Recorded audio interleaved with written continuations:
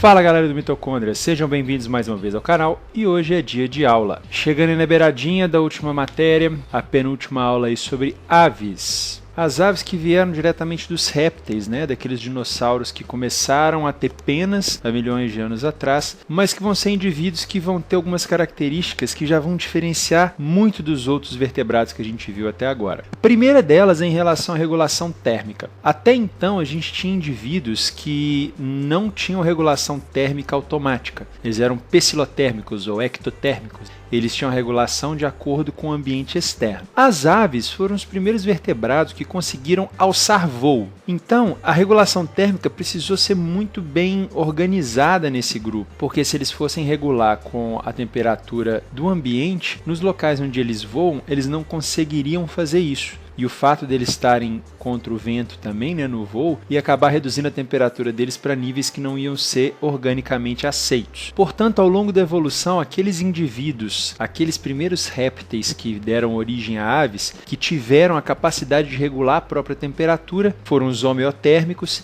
e eles conseguiram fazer com que esse grupo conquistasse uma vantagem adaptativa em cima dos outros. A pele deles ainda vai continuar seca, queratinizada e agora ele vai ter penas. Essas penas que vão ser importantes para esses indivíduos para aumentar o volume corporal, tá? Mais para frente eu explico quando eu for falar de adaptações para voo, e para proteger o indivíduo da questão do calor. A regulação já é feita também por causa dessa pena. E essa pena, para ela se manter armada, se manter ok, e no caso de uma chuva, por exemplo, ela não fechar, né, não encharcar e deixar às vezes mais difícil desse indivíduo voar, nós temos a glândula uropigiana. Essa glândula, ela se localiza próximo à região da cloaca desses indivíduos, que é perto do rabo, aonde essa glândula vai secretar um óleo que quando esse indivíduo pega esse óleo e passa na pena, vai impermeabilizar a pena, fazendo com que essa pena consiga ficar armada do mesmo jeito, mesmo com umidade próxima. Em relação à circulação, o coração ele vai ser um melhoramento do coração reptiliano. Ele vai ter uma divisão completa das cavidades sem nenhum tipo de mistura de sangue, algo que também é fundamental para esses indivíduos poderem voar.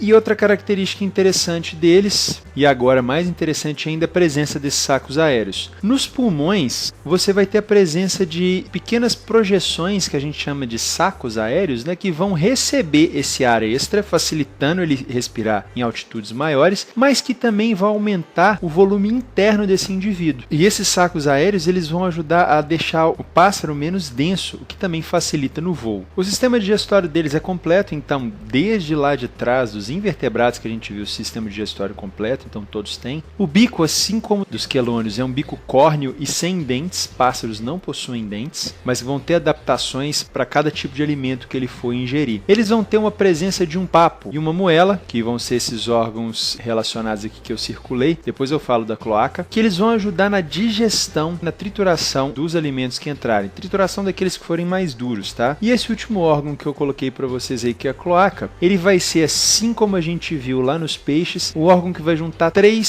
sistemas, que é o sistema reprodutor, que é por onde essa região aí que as fêmeas colocam ovos, o sistema digestório, como vocês estão vendo aí, que vai vir como finalização do intestino, e nós temos o sistema excretor. Então, um dos motivos pelo qual as fezes dos pássaros são tão molinhas é porque, junto com a parte sólida, vai sair a ureia também com água, e vai deixar ele nessa consistência um pouco mais pastosa. Em relação aos sentidos, eles vão possuir audição e visão bem desenvolvidos, para auxiliar na caça de presas. O sistema neuromotor deles, ou seja, a interação entre cérebro e músculo é muito bem desenvolvido, já que ele vai precisar disso para fazer toda a manutenção e organização do voo, e que ele seja preciso também. E por causa do voo, eles vão precisar mais ainda daquela membrana que fica na frente do olho, que é como se fosse uma pálpebra, que a gente chama de membrana nictitante. Essa membrana aí ela vai ser um pouco mais transparente para não perder a visão, mas ao mesmo tempo ela protege o olho do contato direto com o vento, que vai tirando muita umidade de dentro dele. E aí, como eu tinha falado com vocês, quais foram as adaptações que esses indivíduos apareceram com elas que possibilitaram eles a voar? Nós temos, em primeira coisa, um corpo leve e aerodinâmico.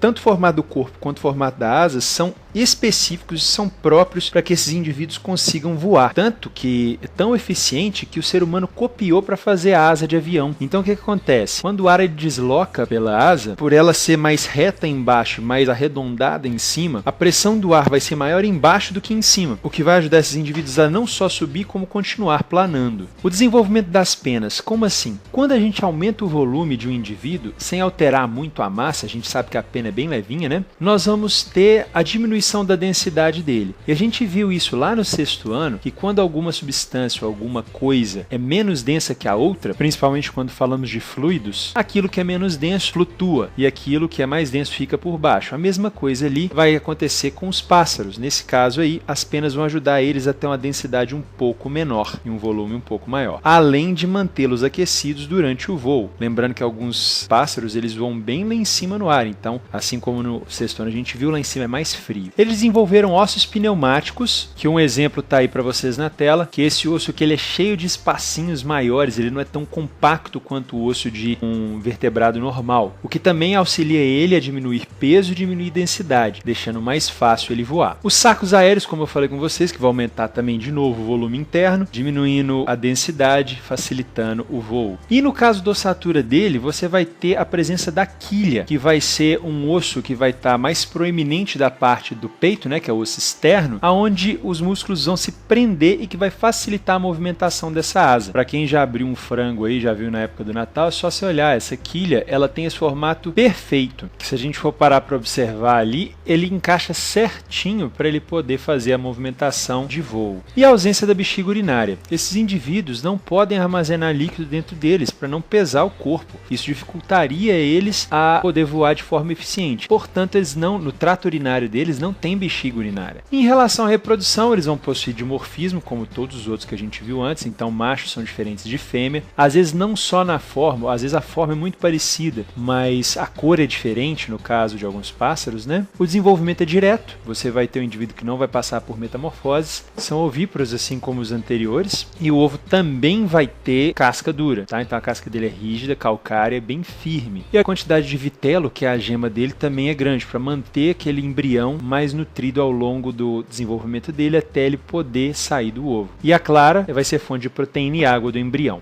Outra coisa também que a gente tem que lembrar é que a ave precisa de estar livre, então não é muito legal a gente ficar engaiolando os bichinhos, né? Seria muito egoísmo da gente. A não ser em casos onde você pega ele machucado para você tratar e depois soltar quando ele estiver bom.